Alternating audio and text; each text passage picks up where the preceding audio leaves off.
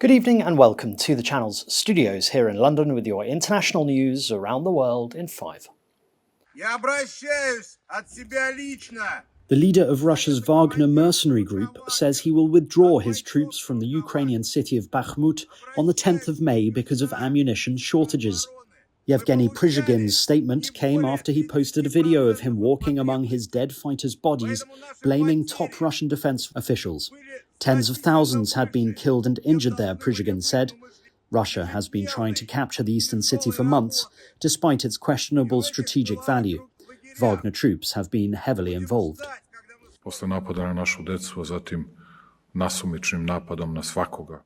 Serbia's president has pledged an almost complete disarming of the country after the second mass shooting there in 48 hours.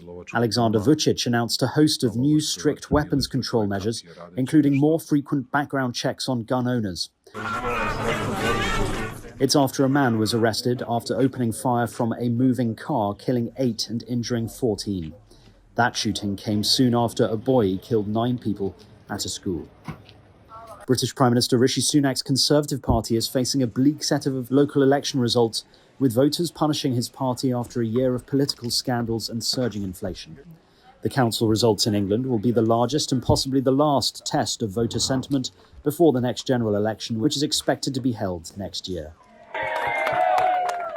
And this was all about the cost of living, and we had a positive case to make. We understood what it's like not to be able to make ends meet, and we said what we would do to help people with their everyday bills. And the government, the Prime Minister, said nothing, and that's because they're the problem, not the solution. A huge fire has destroyed a market in the Haitian capital of Port-au-Prince. Firefighters were notified of the blaze at around 1 a.m. local time, but the lack of water nearby slowed their work as they constantly needed to send the fire truck to reload water. According to local media, some 900 people lost their market stalls. The cause of the fire is still unknown. There have been scuffles between Russian and Ukrainian delegates in the Turkish capital. Here, punches thrown after a Ukrainian flag was snatched from a delegate who was trying to interrupt an interview with Russia's lead delegate.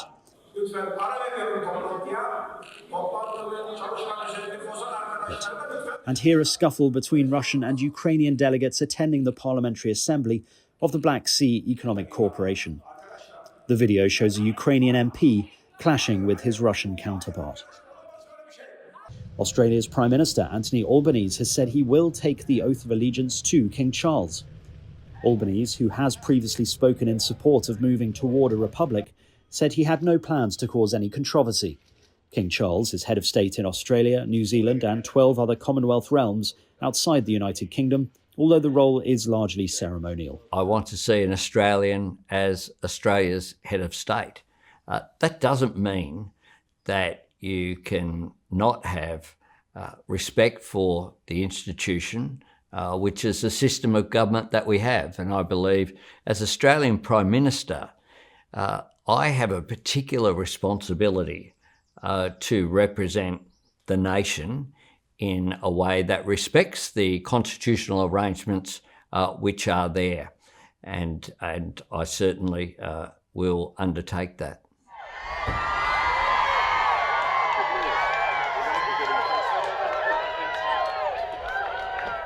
And King Charles has greeted excited crowds in London on the eve of his coronation.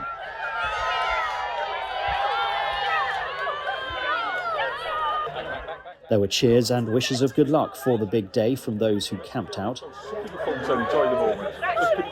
Charles and British Prime Minister Rishi Sunak then met Commonwealth country leaders ahead of his coronation. The pair greeted leaders from the Commonwealth of Nations, the voluntary associations of 56 countries, which he also heads, and held a lunch for prime ministers and royal representatives from the 14 other realms where he is head of state, including Australia and Canada. And that's your international news around the world in 5. Now back to the channel's studios in Lagos.